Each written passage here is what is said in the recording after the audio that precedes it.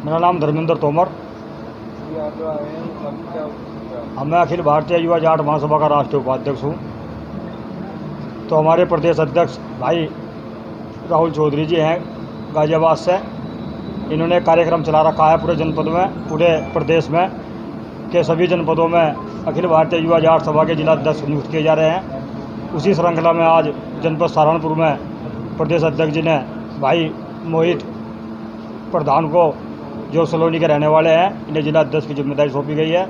और इन्होंने अपनी कमेटी में जो हमारे स्वर्गीय सतपाल सिंह जी जाट समाज की रीढ़ थे सहारनपुर के, इनके सुपुत्र हैं अनुज चौधरी जी, इनको अपनी कमेटी में प्रदेश सचिव का पद आज दिया है।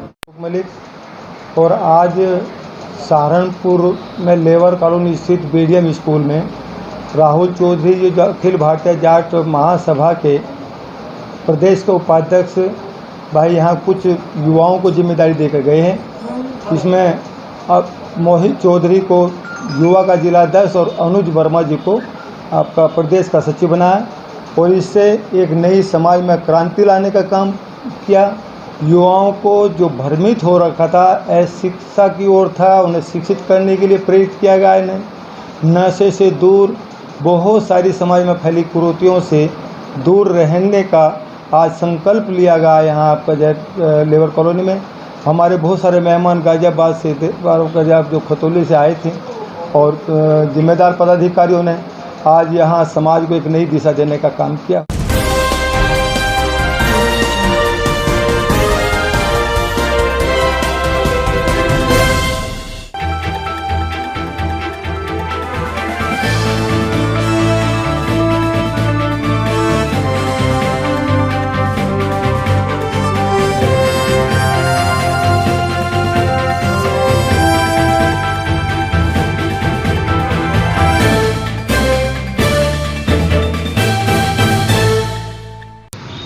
मेरा उद्देश्य यही है, जो 10 दिन से यहाँ छात्र बैठे हुए हैं, छात्राएं बैठी हुई है, जो इनको वजीफ़ा मिलता था सरकार ने जो वो छात्रवृत्ति जो बंद की है, उसका सुन के हमें भी दुख हुआ। उसी के समर्थन में मैं इनके साथ यहाँ आया।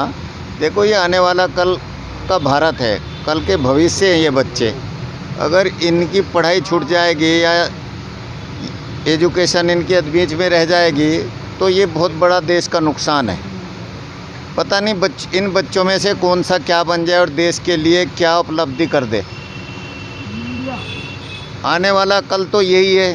तो ऐसा गवर्नमेंट को नहीं करना चाहिए। जो छात्रवृत्ति ख़त्म की, मैं तो इस समर्थन में आके उसे बहाल की जाए ताकि ये गरीब बच्चे एजुकेशन ले सके और जहाँ तक इनकी इच्छा हो वहाँ तक ये पढ़ सके और देश के लिए कुछ अच्छे से अच्छा कर सके। हमारा उद्देश्य यही है कि बच्चों को छात्रवृत्ति मिलनी चाहिए जो सरकार ने बंद कर दी, और निःशुल्क इनको एडमिशन मिलना चाहिए, क्योंकि जो दलित समाज है वो बहुत ही गरीब है। एक एक बच्चा ऐसा है कि रोटी भी उनकी पूरी नहीं होती।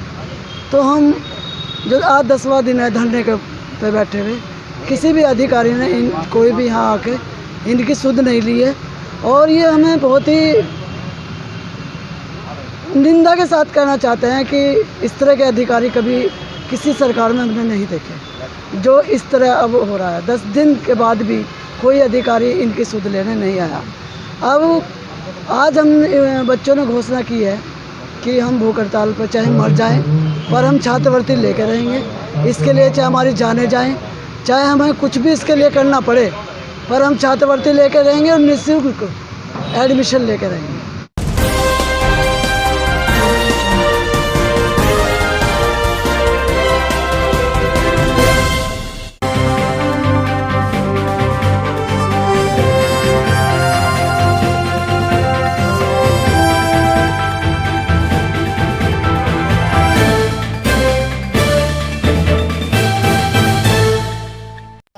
मेरा नाम कपिल शर्मा, विभाग संयोजक बजरंग दल सहारनपुर। किस मामले में आए आप?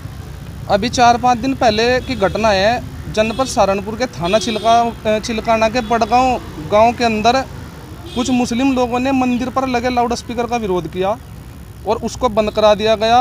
मौके पर थाना अध्यक्ष के द्वारा भी उसको बंद कराया गया कि यहाँ पर लाउड स्पीकर नहीं बज सकता। उसके बाद हिंदू संगठनों के विरोध के बाद और उच्च अधिकारियों के प्रेशर के बाद पुनः उसको वापस भिजवा दिया गया।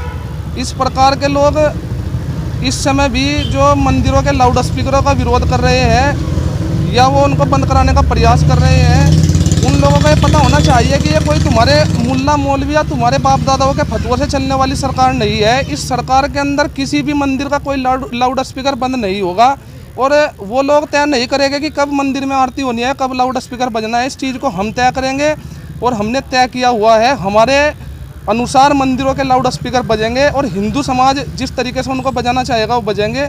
जिसको उस चीज़ से दिक्कत है वो अपने कान बंद कर वहाँ पर रह सकता है, वहाँ से जा सकता है। इसी संबंध में आज जिस अधिकारी के द्वारा वो स्पीकर वहाँ पर बंद कराया गया, इसके लिए जनपद सहारनपुर के एसएसपी महोदय से मिलने के लिए आए हैं और ऐसे व्यक्तियों के खिलाफ सख्त से सख्त कार्रवाई हो, या बजरंग दल की मांग है।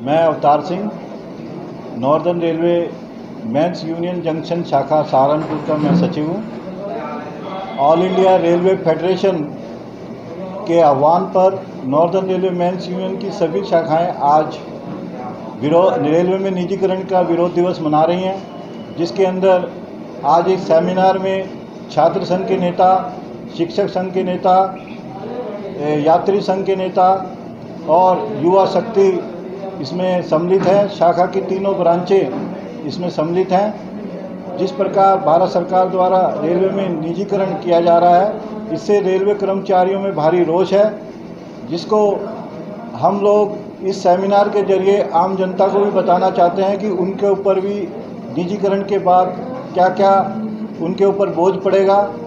इससे इस सेमिनार में हम विस्तार पूर्वक इसका विवरण कर रहे हैं और हम चाहते हैं कि भारत सरकार हमारी बात को सुने और इस निजीकरण की जो उनका उद्देश्य है उसे तुरंत बंद करे, जिससे कि रेलवे कर्मचारी पूर्ण भावना के साथ अपना दायित्व निभा सके।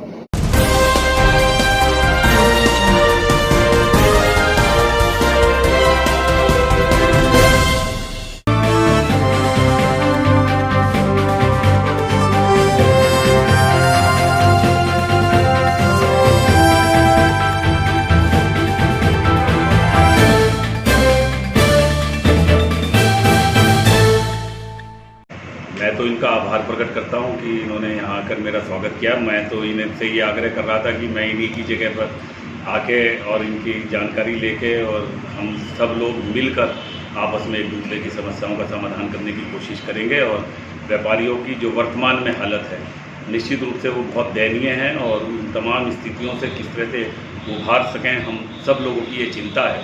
इस वर्तमान में गिरती हुई इस अर्थव्यवस्था में किस तरह से हम इस गहराई को पहचान सकें इस लोकतंत्र में। मेरी यही आग्रह इन तमाम व्यापार मंडल के साथियों से है। खलासी लाइन व्यापार मंडल के साथी श्रमजीवी लोग हैं, मझोले स्तर के दुकानदार हैं और मझोला और छोटा दुकानदार इस समय सबसे ज़्यादा दुविधा की पोजीशन में है। ग्राहकों की क्रय शक्ति कम हुई है और कॉम्प्लिकेटेड जीएसटी हमारे ऊपर लाद दिया गया है। और 6 नवंबर 2016 में नोटबंदी की वजह से जो हमारी थोड़ी बहुत भी क्रय शक्ति की थी, उसे भी हमारे हाथ से उस कैश को कैशलेस इकोनॉमी के नाम पे बैंक में जमा करा दिया गया और बैंक से वो तमाम पैसा उन बड़ी बड़ी कंपनियों को जिनके एनपीए थे उनके खातों में चला गया। तो आज आरबीआई खाली है, मुद्रास्फीति 23.9% माइनस गिर गई है, तमाम तरफ बेरोजगारी है, किसान के जेब में पैसा नहीं जो बाजार में आके कुछ खरीद सके। ऐसी उन तमाम स्थितियों में स्वतः रोजगार से अपने परिवार का संचालन करने वाले समाज के वो प्रबुद्ध लोग जो इस तरह की छोटा बाज़ारों में दुकान लेकर अपने परिवार का पालन पोषण करते हुए सरकार के ऊपर कोई आर्थिक बोझ नहीं डाल रहे थे, उन तमाम व्यापारी साथियों के लिए एक बहुत बड़ी चुनौती का समय है। परंतु ये तमाम समय मेरा इन तमाम साथियों से आह्वान है कि ये राजनीतिक समस्या है, इसका राजनीतिक तरीके से जब तक फैसला हम लोग नहीं करेंगे तब तक इसका हम मुकाबला नहीं कर पाएंगे। क्योंकि केंद्र और प्रदेश में जो लोग बैठे हैं वो नफरत के आधार पर समाज को बांट तो रहे हैं, परंतु उनकी बुनियादी समस्याओं की तरफ उनका ध्यान नहीं है। क्यों नौजवान बेरोजगार हो रहा है, क्यों किसान रोज सड़कों पर आ रहा है, क्यों हमारा मझोला व्यापारी आत्महत्या करने के लिए मजबूर है, चारों तरफ क्यों छीना झपटी लूट खसोट क्यों हो रही है। मुझे डर है इस बात का कि कुछ दिन बाद ऐसा समय ना आ जाए कि हम घर के लिए सब्जी खरीद कर थैला लेके जा रहे हों और पीछे से कोई हमारे थैले को छीन कर चला जाए, क्योंकि भूख इंसान को किसी भी स्तर तक गिरा सकती है। ये स्थिति जो पैदा हुई ये गलत राजनीतिक फैसलों के कारण हुई। इस गलत राजनीतिक फैसलों में हम चुनौतीपूर्ण तरीके से उसे कबूल करें और उस गलती को सुधार आने वाले दौर में करें। और मुझे विश्वास है कि व्यापारी इस बात की गहराई को समझेगा, निर्णय लेगा और हम आज की इस समस्या से उभार ले सकेंगे।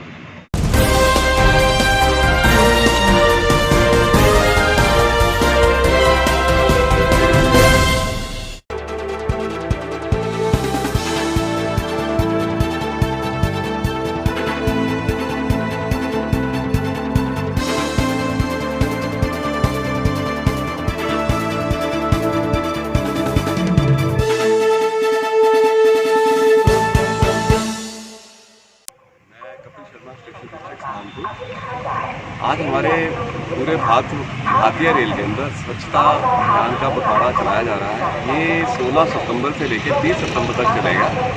इसके अंतर्गत डिवीज़न में हर बड़े प्रमुख स्टेशनों के ऊपर जो है ये शपथ समारोह का एक आयोजन किया गया है, ताकि हम अपने रेल कर्मचारियों को इस शपथ समारोह के माध्यम से सफाई के प्रति जागरूक करें। और साथ साथ में हमने सफाई का अभियान भी इसमें चला रखा है, और ताकि लोगों को हम उसका जो है प्रैक्टिकली करके दिखाएं कि किस प्रकार से हम लोग सभी के सभी ना सिर्फ बात करने में हैं, बल्कि हम उसको प्रैक्टिकली भी करके दिखाएं कि हाँ, ताकि लोग जो है इसको इस सफाई के अभियान को सीरियसली लें। और इसका उद्देश्य जो है हमारा यही है कि लगभग 100 घंटे जो श्रमदान जो है हर व्यक्ति इसके अंदर करे, और हर व्यक्ति 100 आगे अपने व्यक्तियों को, अपने मित्रों को प्रेरित करे इस सफाई अभियान के लिए।